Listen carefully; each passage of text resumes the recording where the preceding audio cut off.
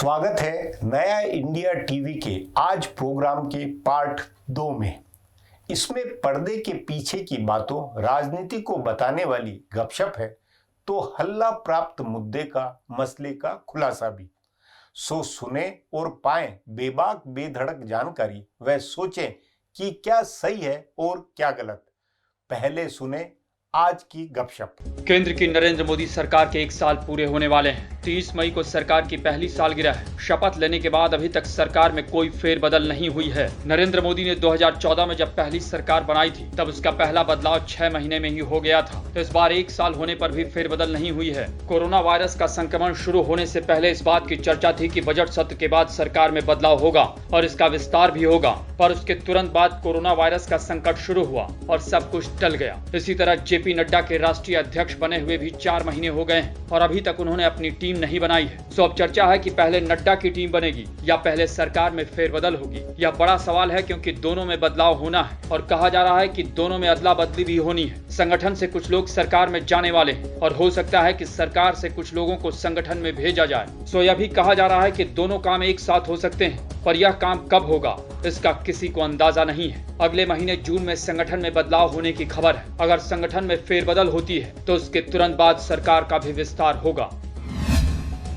केंद्र की नरेंद्र मोदी की दूसरी सरकार बनने के समय मंत्री बनने से रह गए कई नेता पिछले 1 साल से इंतजार कर रहे हैं। भाजपा के कई नेताओं को उम्मीद है कि इस बार की फेरबदल में उनको जगह मिल सकती है और बिहार और झारखंड के कम से कम 4 नेता इंतजार कर रहे हैं कि सरकार में जगह मिले। राधा मोहन सिंह, राजीव प्रताप रूढ़ी और जयंत सिन्हा को सरकार में जाने का इंतजार है। झारखंड से एक आदिवासी मंत्री के तौर पर अर्जुन मुंडा को केंद्र में जगह मिली है और एक गैर आदिवासी नेता की जगह खाली है। जयंत सिन्हा इसकी उम्मीद कर रहे हैं। ऐसे ही बिहार में होने वाले चुनाव से पहले बिहार के कई नेता मंत्री बनने की उम्मीद लगाए हुए हैं। अगले साल पश्चिम बंगाल, असम आदि राज्यों में चुनाव है, सो वहां के भी कुछ नेता मंत्री बनने के इंतजार में हैं। इसके अलावा कुछ ऐसे नेता हैं जो पिछले कई वर्षों से कतार में हैं और मंत्रिमंडल के हर विस्तार के समय उनके नाम की चर्चा होती है पर उनकी बस छूट जाती है। ऐसे नेताओं में राम माधव, मुरलीधर राव, विनय सहस्रबुद्धे, भूपेंद्र यादव आदि का नाम है। इस बार कहा जा रहा है कि भूपेंद्र यादव मंत्री बन सकते हैं। पार्टी के जानकार सूत्रों के मुताबिक उनका मंत्री बनना लगभग तय माना जा रहा है। दिल्ली से भी एक नेता के मंत्रिमंडल में शामिल होने की खबर है। ज्योतिरादित्य सिंधिया के समर्थक भी इंतजार कर रहे हैं कि उन्हें केंद्र सरकार में जगह मिले।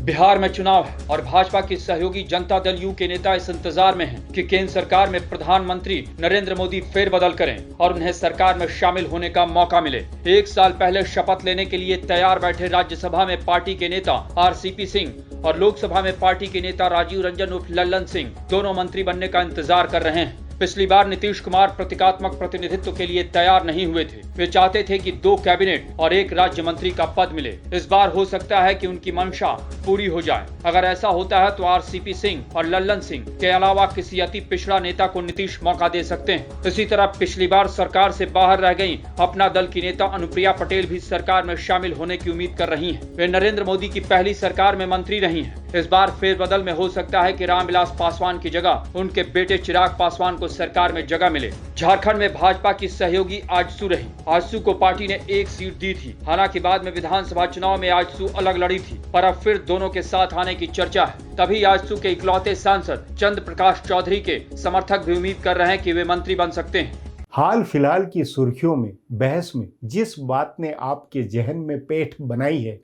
उसका भला क्या मतलब है और क्या है उसका और छोर। सो क्यों न अब जाना जाए आज का खुलासा।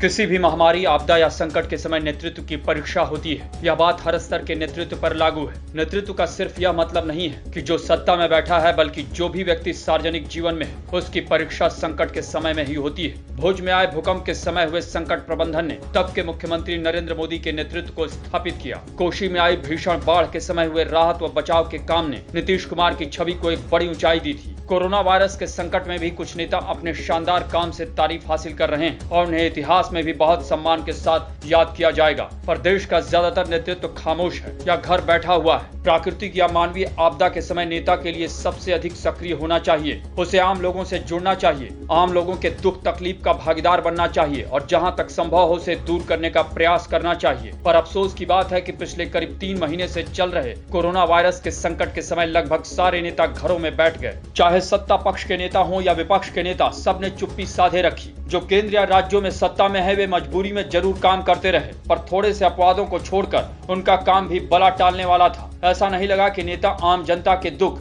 उसकी समस्या और परेशानियों में भागीदार बन रहे हैं।